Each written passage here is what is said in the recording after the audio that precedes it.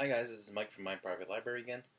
I had a nice 18-minute video all set up for you talking about the big, gigantic comics haul I've had with you since Black Friday, Cyber Monday, all that, and my photo booth decided to die. So I'm going to go through and try this again. This time backwards because all of my books are now piled up over here, upside down and backwards. So, yay, let's do this. So, first or last, Zenith by Grant Morrison. It's some of his older work that was published in 2000 AD magazine. I basically picked it up because it is Grant Morrison. It's his older stuff, and I know they were limited on in-stock trades for a while to buy. You could only buy one per person, so kind of had in my head that maybe it might not be in stock forever, or at least for the time being. So went and picked it up for the hell of it, and very much looking forward to it. Then we have The Wake, complete collection, hardcover by Scott Snyder. I've been looking forward to this ever since the first issue came out. I never picked up the single issues, but I heard nothing but good stuff. And basically I heard it mentioned that it's about dolphins coming up and taking over the world, and I'm a huge sucker for whales and dolphins, so I knew I had to have this eventually. So now it's nice in a big hardcover. I went and grabbed it. Should be a lot of fun. The Nobody by Jeff Lemire. I love Jeff Lemire's non-DC stuff, his Image stuff, Vertigo stuff. Underwater Welder is one of my favorites. Sweet Tooth is amazing, so I've been looking forward to this for a while, and I haven't been able to get it on in-stock trades, and I wasn't quite ready to go through the process or risk of having it on Amazon because their shipping isn't great. But at the same time, unfortunately, people who have been asking about Barnes & Noble shipping, my book did come a little damaged, a little nick in the spine over there, but I can deal with it because I've been waiting for this for a while. Interesting premise, it's sort of Lemire's retelling of H.G. Wells' Invisible Man, so definitely interested to see how it turns out. Okay. Volume 6 paperback of American Vampire. This ends the first cycle of Snyder and Albuquerque's run. I know they started up second cycle a couple months ago. I'm not sure exactly how many it's been. But this is the last paperback volume of the original run. Very excited to see how it ends. It's a great collection of characters. I love Pearl, and it's just such a interesting take on vampire lore and history, and with involvement from Stephen King in the first volume, it adds an inherent darkness to it all. So, great series. Volume 3 of Nova by Jerry Duggan. I think I also bought Volume 2 of Nova during this whole sale, but it's on my shelf. So, the first volume by Loeb was amazing. The second volume, I think, was also by Duggan. But Duggan is the co-writer on Deadpool, which is just one of my favorite series coming out of Marvel now. So it's exciting to see what he does with Nova. Prior to this, I had no knowledge of anything Nova, none of the classic stuff. So this is a very cool series. And I don't know if this ties into Infinity or the one afterwards. But I haven't actually read Infinity, so I don't know how that's going to affect my reading of this. It's annoying having to say, oh no, it fell. Oh no, the phone's ringing. Okay, sorry about that. Next up, Miss Marvel by Wilson. G. Willow Wilson, sorry. A lot of fun. Definitely not the same as previous Miss Marvel stuff. Obviously, new character, Makala, who's Pakistani-American, I believe. It's been a while. It's been a couple weeks since I read this, but it is a lot of fun, a nice Muslim-American superhero who's genuine, she's human, she's just a good teenage character, she's amazing. I did have a lot of fun with this, and I'm very much looking forward to seeing more. Okay.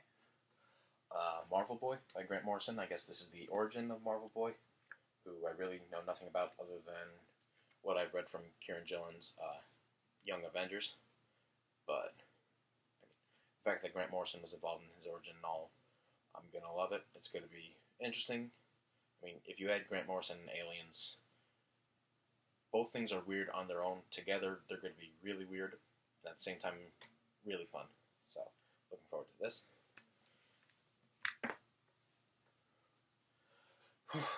Iron Fist, The Living Weapon by, gonna mess it up again, Kyle Andrews. The first trade paperback. Definitely different from Fraction, Brubaker, and Straczynski's Iron Fist. This is a sort of different Danny Rand.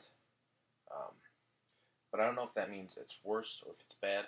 Just different. I need a little more time with this series. You know, there's only 6 or 7 issues out right now. And I don't know if I love it, but it's definitely interesting. You know, and Andrews is unique in that I think this is the only book coming out of Marvel right now where he is both the writer, artist, inker, everything. He's in complete control of this book, which he mentions in like the letters page. That's what he intended to do with this book, sort of reminiscent of the old way Marvel was done, you know, with Stan Lee doing everything, or Jack Kirby writing and inking and stuff like that. So, interesting. I needed to read a little more of it before I completely judge it, but it's different, so different doesn't necessarily mean bad. It's just different. I want to read a little more. Okay. Indestructible Hulk by Wade, Volume 3, Smash Time. Cool name.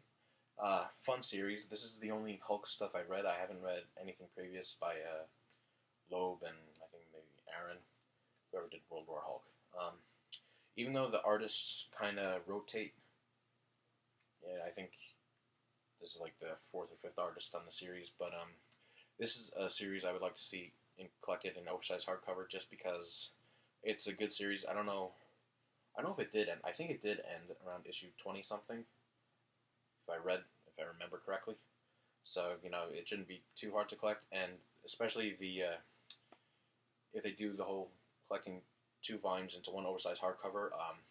The second volume had really nice art by Walt Simonson, you know, going back to his old Thor stuff, and it really meshed well with the story that Wade was giving us, so it might be nice to see. But at the same time, I don't know what it is. There's a couple Marvel Now books that are very pricey for the trades, and this is one of them, you know, $20 for a 5-issue trade.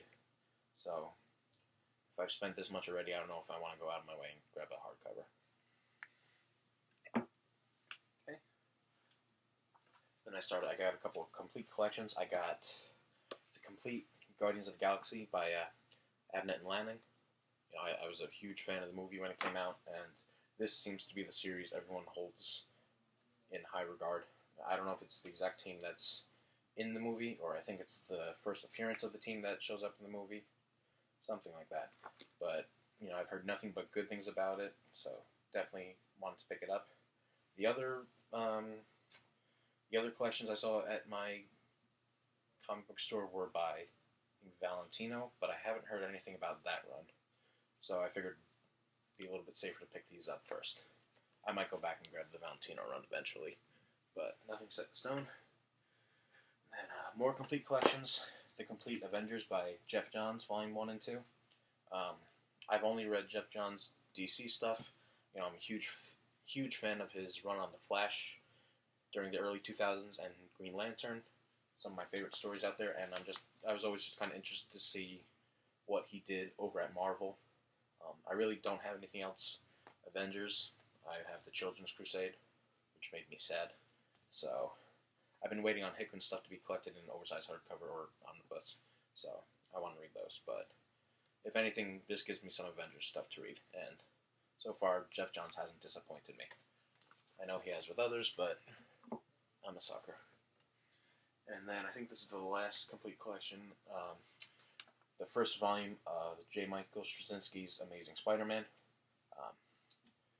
There's 5 of these Ultimate books, or Ultimate collections, and yeah, I just wanted to grab the first one. I do have the tail end of his run with Civil War and One More Day. I think there's one book in between those, but I haven't been able to find. But after that, I do have everything from Brand New Day to present in paperback, so it'd be really cool if I can get everything from Straczynski's run all the way up to the present. And I've heard nothing but good things about it, so more of a reason to buy it. This video's taking a lot less time. As I said, I just picked up the Parker Luck, the first Marvel Now book for Amazing Spider-Man ever since the end of Superior. Nice to see Pete back in the costume, back in his own brain, and nice to see what Slott will do next, now that Octavius is out of the way. And I think the next book is the crossover with Original Sin, I think. And I think that actually comes out in a couple weeks. Spider-Man books always impress me with how fast they come out. I mean, you have some books months and months in between, but it seems like there's a Spider-Man every week. The Walking Dead, Volume 22. I always like picking up The Walking Dead in trades. I don't know, it's definitely cheaper to pick it up in the compendiums or omnibus. But, you know, I'm a fan of the series, but I don't keep up with it as I should. You know, I can go a year or two without picking up a volume, then I'll go and grab 3. So the trades are a nice little way to keep caught up. And Volume 2 is the most recent. 22 is the most recent one. And yeah, looking forward. I like where the story is now. I really do. So looking forward to the future of it.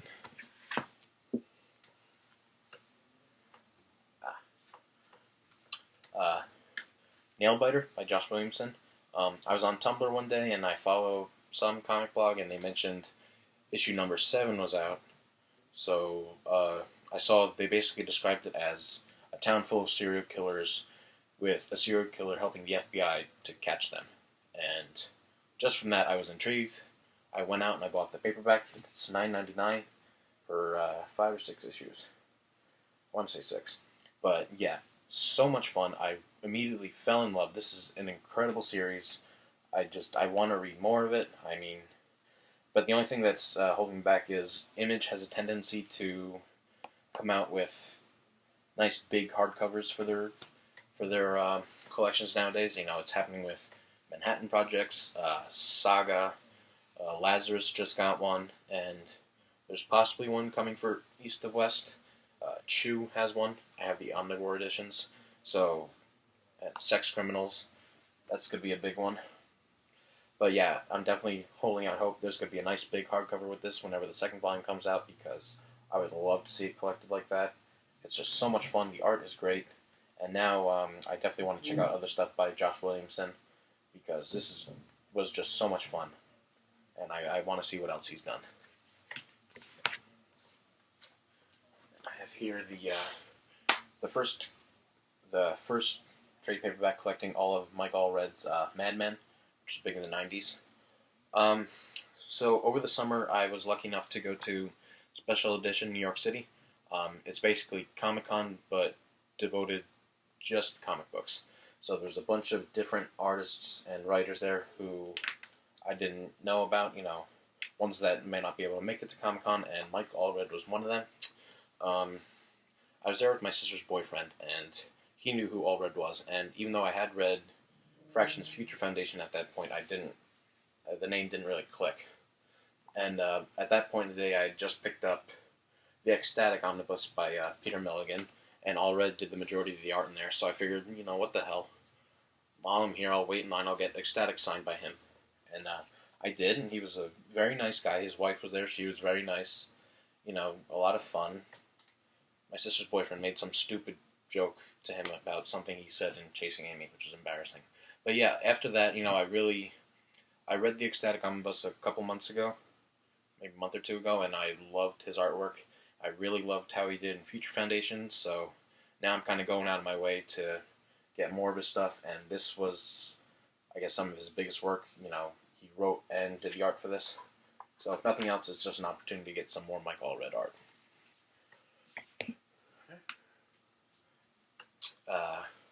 Volume 3 of Superman Action Comics by Grant Morrison. This ties up Morrison's run on Action Comics. You know, that was a lot of fun when the New 52 happened. I loved that first story arc in particular was a lot of fun. So it's going to be cool to see how he wraps it up. Then, The Movement The Movement by Gail Simone. She was at special edition as well, and I wanted to grab this, but by the time I got to her table, she was already all sold out. And I've been waiting on this because I've heard a lot of good stuff about it on Tumblr and other places. And as much of a fan I am of Gail Simone, I haven't had the opportunity to read a lot of her stuff. I had read her run on The Atom with Ryan Choi. I love that series, and I picked up the first trade of her Red Sonja run, but I really definitely have to get caught up on her Batgirl, her Birds of Prey, Secret Six. The problem is just finding it, so it'd be nice if DC does some nice big complete collections of those so I can get caught up. So, and I think actually Volume 2 of The Movement just came out maybe last week or a couple weeks ago, so I can get both. Then Volume 4 of Aquaman by Jeff Johns and Paul Pelletier. I think this is where Johns' run ends. I want to say he ended his run on Aquaman around maybe issue 20 or 21, something like that. But big fan of the series ever since it started. I don't think Ivan Reis does any art on this, which is a shame because Johns and Reis are a great combo. I love them together on Green Lantern and especially on Aquaman. You know, it's a good art style for the book. So, looking forward to see exactly how this story ends and how it'll pick up. I don't know if I'll follow that up with Jeff Johns being gone. I haven't heard much about it. And then, last but not least, Animal Man Volume 5, Evolve or Die, by Jeff Lemire, with art by Raphael Albuquerque from American Vampire. So, I didn't know the artist changed for this. So, I mean, that sounds like a really nice combination of writer and artist. I loved what Jeff Lemire did with Animal Man with the New 52. You know, he really brought new life to a character who was kind of shoved under the rug for a bit. You know, ever since Morrison and Millar and Veitch's run, I loved what he did and how it kind of tied in with Swamp Thing a lot. So it's good. I'm really looking forward to see how Animal Man goes out. So yeah, that's really all I have trade-wise. I do have a couple Omnis coming in the mail. They should hopefully be here by the new year or maybe shortly after. And then I'll do a video detailing those once I get them because I will have four coming in the mail and 2 I just got a couple weeks ago. So I can detail those. And it's cool to see my collection growing so quickly. December has definitely been a huge month. You know, I think this should keep me satisfied for a while. But yeah, let me know if you guys have any recommendations or if you have any opinions about these books. I'm going to most of them blindly. I mean, a lot of them are new volumes I haven't picked up before. So, it should be interesting to say the least. So yeah, like, comment, check out the blog, myprivatelibrary.tumblr.com. Let me know what you guys think and stay tuned for more. Thanks.